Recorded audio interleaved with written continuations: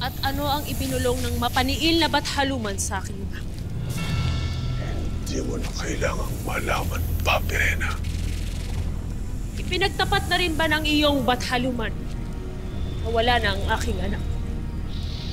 Pinaslang nila Avria si Mira. Kilalarin niyo akong muli. Kayong ginawa para sa kabutihan. Sumama kayong muli sa akin.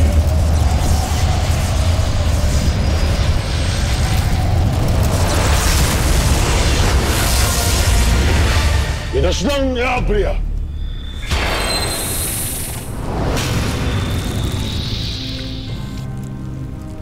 Pinaslang ni Avria ang aking apo.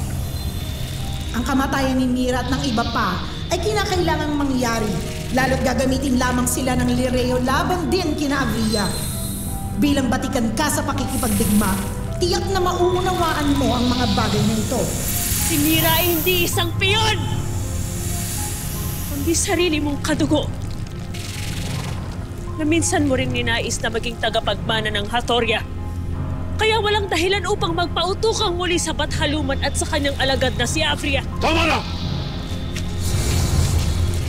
Tama na, Pirena. Umalis ka na.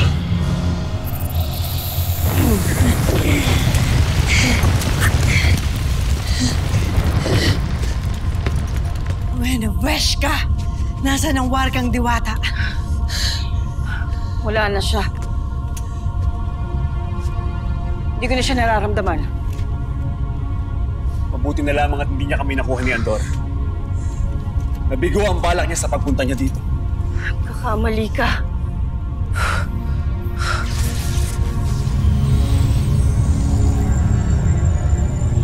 Sinasabi ko na nga ba? Kulang ang inyong hawak.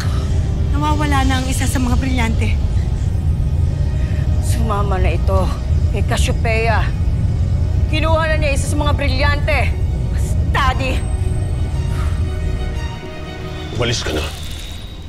Hindi ka naging tunay na ama sa akin noon, Hagon. Kaya ngayon ay umaasa ako na kung ano man ang iyong magiging pasya, ay aalalahanin mo ako at ang iyong apo.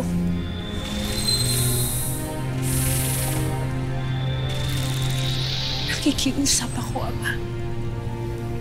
Tubusin mo ang iyong mga nagawang pagkakasala at pagkakamali. Sa pagkakataong ito, umanib ka sa amin.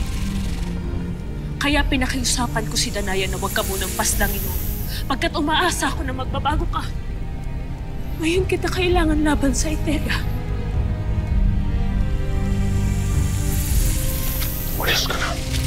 Umalis ka na, Pirena! Dayaan mo ako bago pa kita masaktan. Umalis ka na. Ama! Isipin mo ang aking mga winika kanina, Hagon.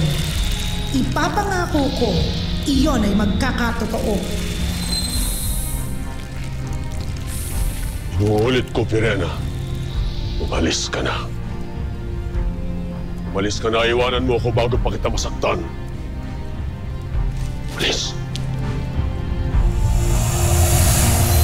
Hindi mo ba naririnig ang iyong ama? Umalis ka na!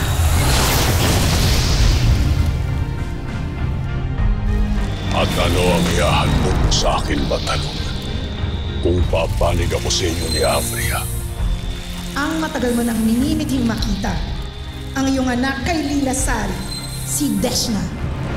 Siyang ang aking ipagkakalob sa iyo, kaya kami ni Avria ang panigan mo. Gawin mo ang iyong pangako sa akin, Bathaluman. At ibibigay ko sa iyo ang aking salita. Sa inyo ako papanig ni Avria. Kung ibibigay mo sa akin ang aking anak kay Lilasari.